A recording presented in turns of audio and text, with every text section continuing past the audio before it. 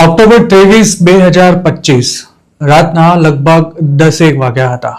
કંટકીમાં એક સ્ટોરમાં જોબ કરતો જીગર સ્ટોર બંધ કરી પોતાના એક દોસ્તને ઓહાયો ડ્રોપ કરવા માટે જઈ રહ્યો હતો. તેમને સ્ટોર પરથી નીકળે માંડ અડધો પોણો કલાક જેટલો સમય થયો હતો. આ બંને ગુજરાતી દોસ્તો ઓહાયોમાં એન્ટર થવાની તૈયારીમાં હતા ત્યારે રાતના અંધારામાં રસ્તા પર કેટલીક પોલીસની ગાડીઓ અને થોડો ટ્રાફિક દેખાતા તેમને એવું લાગ્યું હતું કે આગળ કદાચ કોઈ એક્સિડન્ટ થયો હશે. ટ્રાફિક ધીરે ધીરે આગળ વધી રહ્યો હતો અને 5 મિનિટમાં જ આ બંને દોસ્તોને ખ્યાલ આવ્યો હતો કે અહીં તો આઈસનું ચેકિંગ ચાલી રહ્યું છે. જીગર અને તેનો દોસ્ત ઇલીગલી અમેરિકા આવેલા હતા અને પહેલી વાર તેમણે આઈસનું ચેકિંગ જોયું હતું. પણ હવે ગાડી પાછી વાળી લેવાનો તેમની પાસે કોઈ ચાન્સ નહોતો રહ્યો. ત્યારે ડ્રાઇવિંગ સીટ પર જીગર બેઠો હતો. તેની પાસે ડ્રાઇવર્સ લાયસન્સ ઉપરાંત વર્ક પરમિટ પણ હતી અને સાથે જ તેનો અસાયલમનો કેસ પણ પેન્ડિંગ હતો. પણ તેના દોસ્ત પાસે કોઈ પેપર્સ નહોતા. જેમ જેમ તેમની કાર આગળ વધી રહી હતી તેમ તેમ આ બંને દોસ્તોના હૃદયના ધબકારા પણ વધી રહ્યા હતા. આખરે તેમનો પણ નંબર આવી ગયો હતો અને એક ઓફિસરે તેમના મોઢા પર ટોર્ચની લાઇટ ફેંકી ગાડીનો ગ્લાસ નીચે કરવા માટે કહ્યું. ત્યારે જીગર અને તેનો દોસ્ત પરસેવે રેપઝેપ થઈ રીતસરના ધ્રુજી રહ્યા હતા. ઓક્ટોબર 23ની તે રાતે ચરોતરના જીગર સાથે શું થયું હતું તેનો સમગ્ર ઘટનાક્રમ અને સાથે જ તેની ઇલીગલી અમેરિકા પહોંચવાની આખી જર્નીની કહાની જોઈશું આ વિડીયોમાં. 22 વર્ષની ઉંમર હોય અને હાથમાં MBAની ડિગ્રી હોય તો સ્વાભાવિક છે કે તમારી ઈચ્છા આખી દુનિયાને તમારી મુઠ્ઠીમાં કરી લેવાની હોય. ચરોતરના એક નાના ટાઉનમાં મોટા થયેલા જીગરના સપના પણ કંઈક આવા જ હતા. જોકે ભણવાનું પૂરું થયા બાદ તેણે નોકરી શોધવાનું શરૂ કર્યું ત્યારે તેને થોડા મહિનામાં જ સમજાઈ ગયું હતું કે ઇન્ડિયામાં નોકરી કરીશું તો આખી જિંદગી ઘર અને ગાડીના હપ્તા ભરવામાં જ પૂરી થઈ જશે.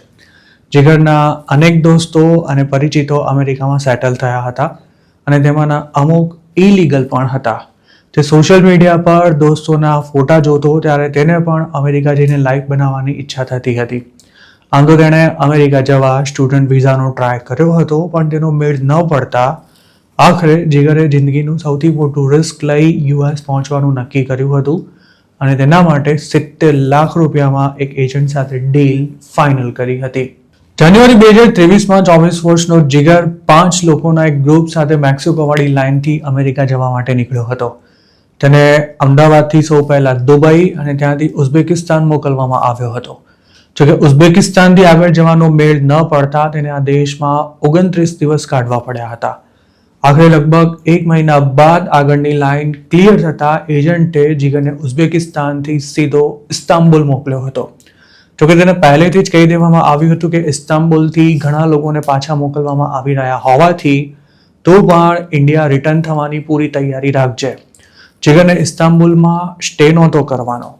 ગેમ કંઈક એવી હતી કે તેને તુર્કીથી એલ સાલ્વાડોર જતી ફ્લાઇટમાં બેસાડી દેવાનો હતો અને તેનો બોર્ડિંગ પાસ ઇસ્તાંબુલ એરપોર્ટ પરથી જ મળી જવાનો હતો. મૂળ પ્લાન અનુસાર ઉઝબેકિસ્તાનથી જીગરની ઇન્ડિયાની જ ટિકિટ કરવામાં આવી હતી પણ તેનો રૂટ વાયા તુર્કીનો હતો. જોકે ઇન્ડિયા આવવાને બદલે જીગરને ઇસ્તાંબુલ લેન્ડ થયા બાદ એલ સાલ્વાડોરની ફ્લાઇટ પકડી લેવાની હતી અને આ ફ્લાઇટ બીજા અમુક દેશોમાં ફરીને તેના ફાઇનલ ડેસ્ટિનેશન પર પહોંચવાની હતી. જીગર ઇસ્તાંબુલ લેન્ડ થયો તે જ વખતે તેને એલ સાલ્વાડોરની ટિકિટ મોકલી દેવાઈ હતી જેના પરથી તેણે બોર્ડિંગ પાસ કઢાવી લીધો હતો પણ આ ફ્લાઇટ માટે તેને 19 કલાક રાહ જોવાની હતી. આટલો સમય તેણે ઇસ્તાંબુલ એરપોર્ટ પર આમથી તેમ આટાફેરા કરીને કે પછી જ્યાં જગ્યા મળે ત્યાં પડ્યા રહીને કાઢ્યો હતો. આ દરમિયાન પકડાઈ જવાની પણ બીક હતી પણ એક જગ્યાએ બેસી રહેવાને બદલે તે સતત ફરતો રહેતો હતો અને ક્યારેય કોઈ શંકા જાય તો સીધો વોશરૂમમાં ઘૂસી જતો હતો. આખરે ફેબ્રુઆરી 10ના રોજ વહેલી સવારે 2 વાગ્યાની આસપાસ જીગરની ફ્લાઇટ તુર્કીથી ટેક ઓફ થઈ હતી. ઇસ્તાંબુલથી નીકળતા જ તેના અમેરિકા પહોંચવાના ચાન્સ 50-50 થઈ ચૂક્યા હતા. આ ફ્લાઇટ લગભગ 14 કલાક બાદ કોલંબિયાના બગોટા એરપોર્ટ પર લેન્ડ થઈ હતી પણ જીગરને તેમાંથી બહાર નહોતું આવવાનું. આ દરમિયાન એરક્રાફ્ટ રિફ્યુઅલ થયું હતું અને કેટલાક પેસેન્જર્સ બગોટા ઉતરી ગયા હતા અને અમુક નવા પેસેન્જર્સ ફ્લાઇટમાં ચડ્યા પણ હતા. કોલંબિયાથી ટેક ઓફ થયેલી આ ફ્લાઇટ પછી પનામા ગઈ હતી અને ત્યારબાદ તે પોતાના ફાઇનલ ડેસ્ટિનેશન એલ સાલ્વાડોર પહોંચી હતી.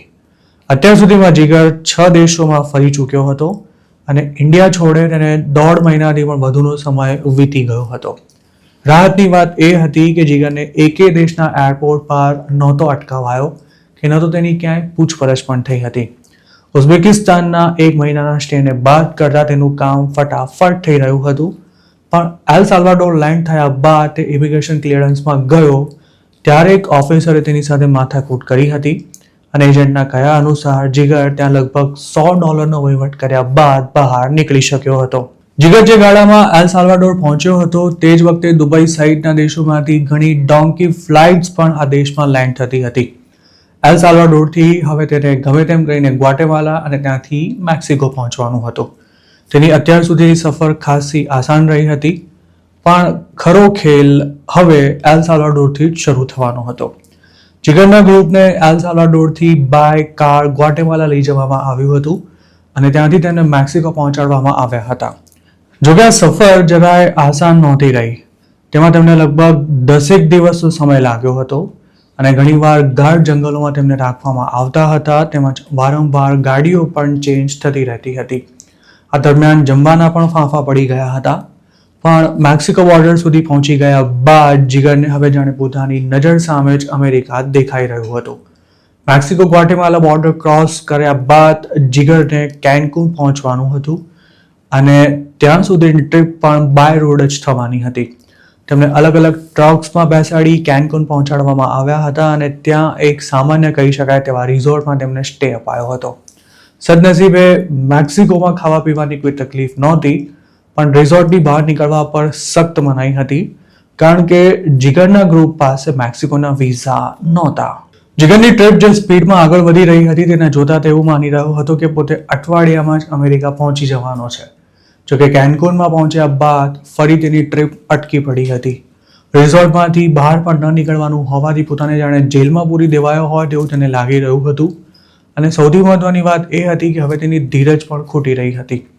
જીગર રોજે રોજ એજન્ટને ફોન કરી ક્યારે નીકળવાનું છે તે પૂછતો અને એજન્ટ દર વખતે તેને નવી નવી સ્ટોરી સંભળાવતો હતો. આખરે 20 દિવસના લાંબા સ્ટે બાદ જીગરને માર્ચ મહિનાના 2nd વીકમાં તૈયાર રહેવા માટે કહી દેવાયું હતું. તે વખતે જીગરે બેગ્સ ભરી 2 દિવસ સુધી એજન્ટના ફોનની રાહ જોઈ હતી અને આખરે 15 માર્ચની આસપાસ તેને કેન્કુન એરપોર્ટ પર લઈ જવાયો હતો. અહીંથી તેને એક ડોમેસ્ટિક ફ્લાઇટમાં બેસાડીને છેક બોર્ડર નજીકના ટાઉનમાં લઈ જવાનો હતો. જોકે કઈ બોર્ડર ક્રોસ કરવાની છે તે હજુ સુધી ક્લિયર નહોતું અને તે જાણવામાં જીગરને કોઈ ખાસ રસ પણ નહોતો કારણ કે તેને બસ ગમે તેમ કરીને અમેરિકા પહોંચવાનું હતું. લગભગ 2.5-3 કલાક બાદ જીગરની ફ્લાઇટ જ્યાં લેન્ડ થઈ હતી તે સાવ નાનું એરપોર્ટ હતું. ફ્લાઇટમાં બેઠેલા મોટાભાગના પેસેન્જર્સના મોઢા જોઈને જ લાગતું હતું કે આ બધા ક્રોસિંગવાળા છે. ત્યાં તૈનાત ઓફિસર્સને જાણે બધાની વિગતો પહેલેથી જ મળી ગઈ હોય તેમ કોઈને કશું પૂછ્યા વિના કે કોઈ ડોક્યુમેન્ટ્સ ચેક કર્યા વિના જ બહાર જવા દેવાયા હતા. એરપોર્ટ પર જ ડોંકર્સની ગાડીઓ તૈયાર હતી અને ત્યાંથી જીગર સહિતના લોકોને એક બસ સ્ટેન્ડ પર લઈ જવાયા હતા. જીગર ત્યાં પહોંચ્યો ત્યાં સુધીમાં રાત પડી ગઈ હતી અને રાતની જ બસ પકડી તેને બોર્ડર સુધી પહોંચવાનું હતું. તે જે ગ્રુપ સાથે ઇન્ડિયાથી રવાના થયો હતો તે 5 લોકો તેની સાથે જ હતા અને આ આખા ગ્રુપમાં જીગર સૌથી હોશિયાર હતો. તેને ખબર હતી કે બોર્ડર તરફ જતી બસોને મેક્સિકોના ગેંગસ્ટર્સ રસ્તામાં અટકાવી લોકો પાસેથી પૈસા પડાવે છે. જેથી તેણે બસના ડ્રાઈવર સાથે જ વાત કરી લઈ તેને $100 પકડાવી દીધા હતા અને રસ્તામાં જ્યાં જ્યાં બસ ઊભી રહેતી હતી ત્યાં ખવડાવી પડાવીને ડ્રાઈવર્સને સાચવી લીધા હતા જેથી તેમને કોઈ બીજા પ્રકારની હેરાનગતિ નહોતી થઈ. આ બસ વહેલી સવારે જે જગ્યાએ આવીને ઊભી રહી હતી ત્યાં તમામ પેસેન્જર્સ ઉતરી ગયા હતા અને લગભગ 1.5 કલાક સુધી રાહ જોયા બાદ જીગરના ગ્રુપને લેવા માટે એક ગાડી આવી હતી. આ ગાડી સાવ ઉજ્જડ એરિયામાં 2 કલાક જેટલું ચાલ્યા બાદ એક નવી જ જગ્યાએ આવીને ઊભી રહી હતી. ત્યાં જીગર સહિતના લોકોને એક મકાનમાં રાખવામાં આવ્યા હતા અને સાંજ પડતા જ બધાને ક્રોસિંગ કરવા નીકળવાનું છે તેવું કહી દેવાયું હતું. સાથે જ તેમને સૂચના આપવામાં આવી હતી કે ડોક્યુમેન્ટ્સ સિવાયનો કોઈ જ સામાન જોડે નથી લઈ જવાનો.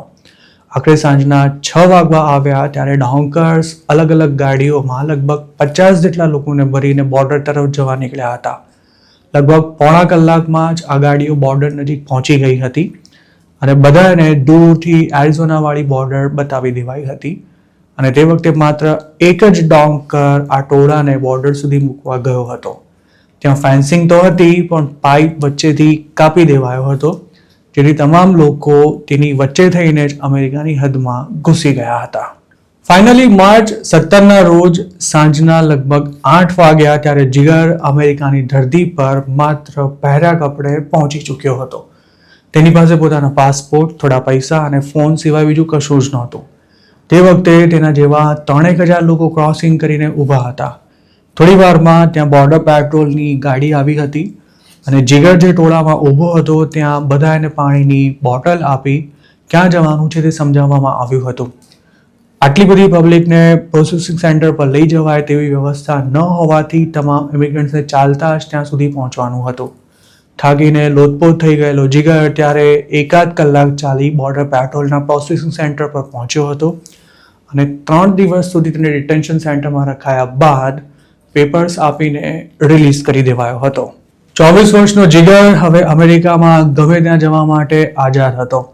યુએસમાં તેના ઘણા કોન્ટેક્ટ્સ હતા અને સાથે તેને પોતાના ટેલેન્ટ પર પણ વિશ્વાસ હતો. પથ્થરને પાટું મારીને પાણી કાઢવાની તેની ઉંમર હતી અને હવે બસ એક ચાન્સ મળે તેટલી વાર હતી. એરિઝોનાથી જીગર સૌ પહેલા ફ્લોરિડા પહોંચ્યો હતો, જ્યાં પોતાના એક દોસ્તને ત્યાં એકાદ વીક સુધી તે રહ્યો હતો. પણ તે વખતે ફ્લોરિડામાં ઇલીગલ ઇમિગ્રન્ટ્સ માટે રહેવું અને ખાસ તો વર્ક પરમિટ વિના કામ કરવું જરાય આસાન નહોતું, જેથી દોસ્તની સલાહ પર જીગરે કંટકીની વાટ પકડી હતી. તે કંટકી પહોંચ્યો તે પહેલાં જ તેના માટે ગેસ સ્ટેશન પર જોબ તૈયાર હતી. માંડ અઠવાડિયાની ટ્રેનિંગમાં જ તે એકદમ રેડી થઈ ગયો હતો અને 8મા દિવસે ઓનરે તેને ચાવી સોંપી દીધી હતી. તેનો $4,000 ફિક્સ પગાર હતો. રહેવા માટે કોઈ ખર્ચો નહોતો કરવાનો અને જમવાની પણ કોઈ જ તકલીફ નહોતી. બધા ખર્ચા કાઢતા જીગર $3,200 એટલે કે ₹2.5 લાખ જેટલી મહિને બચત કરતો હતો. ઇન્ડિયામાં તે આટલી કમાણીનું સપનું પણ જોઈ ન શક્યો હોત. જીગર જેને ત્યાં જોબ કરતો હતો તે પણ ગુજરાતી જ હતા. તેમને બીજા પણ બિઝનેસીસ હોવાથી તેઓ જીગરને સોંપેલા ગેસ સ્ટેશન પર માત્ર હિસાબ લેવા માટે જ ક્યારેક આવતા હતા. પોતાના ઓનરની જ હેલ્પથી જીગરે 2023ના એન્ડમાં અસાયલમનો કેસ કર્યો હતો અને તેની પાસે વર્ક પરમિટ આવી તે વખતે જ ઓનરે કંટકીમાં બીજો એક મોટો સ્ટોર ખરીદ્યા બાદ જીગરને ત્યાં મેનેજર બનાવી દીધો હતો. જીગરના હાથ નીચે ત્યારે 18 લોકોનો સ્ટાફ કામ કરતો હતો, જેમાં ઘણા અમેરિકન્સ પણ હતા. ઓનર જીગરને પોતાના દીકરાની જેમ રાખતા હતા અને જીગરે પણ પૈસાનો તમામ વહીવટ પોતાની પાસે હોવા છતાં પણ ઓનરનો વિશ્વાસ ક્યારે પણ નહોતો તોડ્યો. મેનેજર બની ગયેલા જીગરનો પગાર પણ વધીને $5,000 થઈ ગયો હતો અને ત્યાં પણ રહેવાની સુવિધા ઓનર તરફથી જ અપાઈ હતી. પગાર વધ્યા બાદ પણ જીગરે પોતાના ખર્ચા કાયમ કાબૂમાં રાખ્યા હતા. તે $4,000 બચાવતો હતો અને અમેરિકા આવવા માટે કરેલું દેવું ઝડપથી પૂરું પણ કરી રહ્યો હતો. આ મુજબ સાથે વાત કરતા જીગરે જણાવ્યું હતું કે 2024 અડધું પૂરું થયું ત્યાં સુધીમાં તો તેની પાસે પોતાની ગાડી આવી ગઈ હતી અને અમેરિકામાં પોતે કોઈ રાજા જેવી જિંદગી જીવી રહ્યો હતો. જોબ 12 કલાકની તો હતી પણ કામનો ક્યારેય બોજ નહોતો લાગ્યો. આ દરમિયાન તેને બીજી ઘણી જગ્યાએથી જોબ માટે ઓફર્સ આવી હતી. લોકોએ બિઝનેસમાં તેને પાર્ટનર બનાવવાની પણ તૈયારી બતાવી હતી, પણ જીગર પોતાના ઓનરને અને તેના ઓનર જીગરને છોડવા માટે તૈયાર નહોતા. જોકે અસાયલમના કેસનું શું થશે તેની ચિંતા તેને હંમેશા સતાવતી હતી. જીગર અમેરિકામાં એવા ઢગલાબંધ લોકોને ઓળખતો હતો કે જે વર્ષોથી યુએસમાં ઇલીગલી રહેતા હતા અને તેમણે અસાયલમના કેસ પણ નહોતા કર્યા. તે જ્યારે પણ પોતાની ચિંતા કોઈની સામે વ્યક્ત કરતો ત્યારે સૌ કોઈ તેને એવું કહેતા કે અમેરિકા આવેલો કોઈ માણસ પાછો નથી જતો. જોકે આવો ઓવર કોન્ફિડન્સ બતાવનારા મોટાભાગના દેશીઓ ઓછું ભણેલા અને સામાન્ય નોકરીઓ કરનારા હતા અને તે $3,000ની આવકમાં પણ ખુશ હતા. જ્યારે જીગરના સપના ઘણા મોટા હતા પણ ઇમિગ્રેશન સ્ટેટસ લીગલ ન થાય ત્યાં સુધી તેના હાથ બંધાયેલા હતા. 2025માં અમેરિકામાં સત્તા પરિવર્તન થયું ત્યારે જીગરની કોર્ટની ડેટ આવી રહી હતી, પણ લોયર સાથે વાત કરીને તેણે છેલ્લી ઘડીએ સ્ટેટ ચેન્જ કરાવી આ તારીખ લંબાવી દીધી હતી. જોકે વારંવાર આમ કરવું શક્ય નહોતું થવાનું, પણ આવશે તેવા દેવાશે તેવું માની જીગરે લીગલ સ્ટેટસની ચિંતા કરવાનું ઓછું કરવાના પ્રયાસો શરૂ કર્યા હતા.